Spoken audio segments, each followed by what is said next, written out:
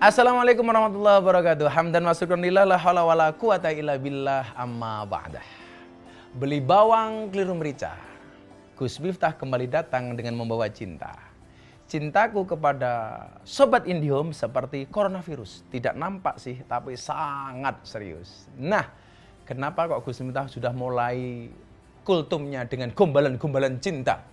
Karena hari ini kita akan berbicara tentang Islam yang ramah dan menyenangkan. Kenapa? Karena konsep Islam itu adalah wa ma arsalnaka illa rahmatan lil alamin. Rahmat untuk semua alam, untuk semua orang.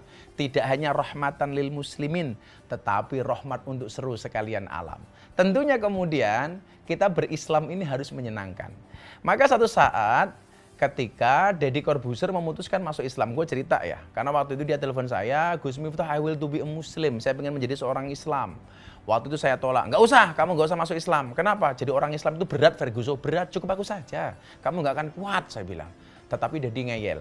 Nah, saat kemudian Deddy memutuskan masuk Islam, dia minta saya yang menuntun dia bersahadat. Kenapa? Karena waktu itu Deddy mengatakan sama saya, bro, tolong aku bimbing masuk Islam. Saya bilang waktu itu, nggak usah deh, kamu cari ustadz lain saja. Enggak, harus sama kamu. Saya tanya, kenapa? Karena Gus Miftah dulu pernah bilang sama saya kan, apa? Besok kalau Deddy masuk Islam, wajah Islamnya itu seperti apa? Tergantung pintu masuknya. Kalau pintu masuknya keras, maka Islamnya akan menjadi Islam yang keras. Kalau pintu masuknya suka marah, maka Islamnya akan penuh dengan kemarahan.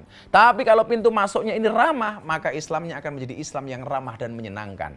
Kemudian Deddy bilang, kalau saya harus masuk Islam melalui pintu yang ramah, ini kamu bukan yang lain. Kenapa? Karena Islammu itu menyenangkan. Kan saya tanya nih, kenapa kamu bilang Islamku menyenangkan? Jelas, kamu bisa ngaji di kampus, di pondok pesantren, di masjid, bahkan di lokalisasi dan klub-klub malam. Itu kan menyenangkan. Saya bilang, mbahmu gue, saya bilang begitu.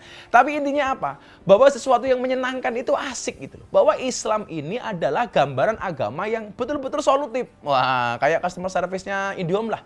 Customer service yang solutif. Nah, Islam ini agama yang betul-betul solutif dan betul-betul menyenangkan. Jangan sampai kemudian agama ini kita anggap sebagai sebuah beban. Maka saya selalu bilang sama kawan-kawan, ingat loh ya, orang non-Islam itu tidak melihat kitabmu. Dia tidak membaca Qur'anmu. Dia tidak membaca hadismu. Tetapi orang non-Islam membaca akhlak dan perbuatanmu.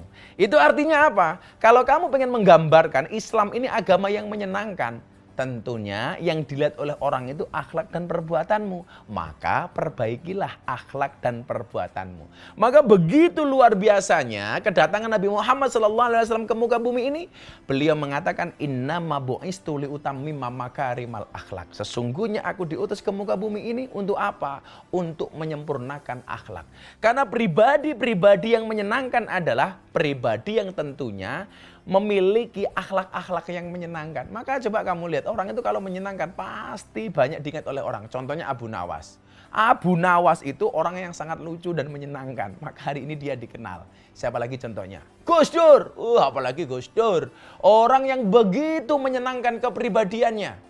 Orang yang sebenarnya matanya tidak bisa melihat tetapi hatinya terang. Kalau di Indonesia, orang yang matanya tidak bisa melihat dan hatinya terang itu cuma ada dua. Satu Gus Dur, nomor dua si buta dari gua hantu. Siapa yang digendong? Kameramen. Bukan, itu Kliwon. Sorry, salah. Ya kameramen jangan marah, santai saja. Cintaku padamu seperti kamera. Fokus hanya ke kamu, yang lain ngeblur. Makanya kemudian, kenapa Gus Miftah itu kalau dakwah bisa diterima di klub malam, di lokalisasi dan lain sebagainya bersama anak-anak puskesmas, apa itu? Pusat kesenangan mas-mas. Kenapa? Karena saya selalu menampilkan dakwah yang menyenangkan. Saya selalu mengatakan begini, kalian tahu nggak orang yang datang ke klub malam itu biasanya orang susah apa orang senang? Jawabannya sederhana, pasti orang susah. Kenapa mereka datang ke klub malam? Untuk mencari senang. Maka namanya dunia hiburan malam. Karena mereka mencari kesenangan di situ. Kenapa mereka mencari kesenangan di tempat hiburan malam? Karena mereka tidak pernah menemukan kesenangan di tempat pengajian. Maka mereka lari ke klub malam. Maka kenapa kemudian konsep dakwah Gus Miftah dibuat menyenangkan? Supaya apa? Supaya orang seneng ngaji. Jangan sampai agama dianggap beban. Contoh beginilah. Bagaimana menyenangkannya sahabat-sahabat Rasulullah Muhammad SAW. Begambaran begitu luar biasa dari Kanjeng Nabi. Kanjeng Nabi itu punya sahabat namanya Nuaiman. Nuaiman ini kurang ajarnya pol. Jadi kalau bahasa orang Jawa barangkali belingnya Jadi Nuaiman ini pernah datang kepada Nabi Muhammad SAW membawa penjual makanan.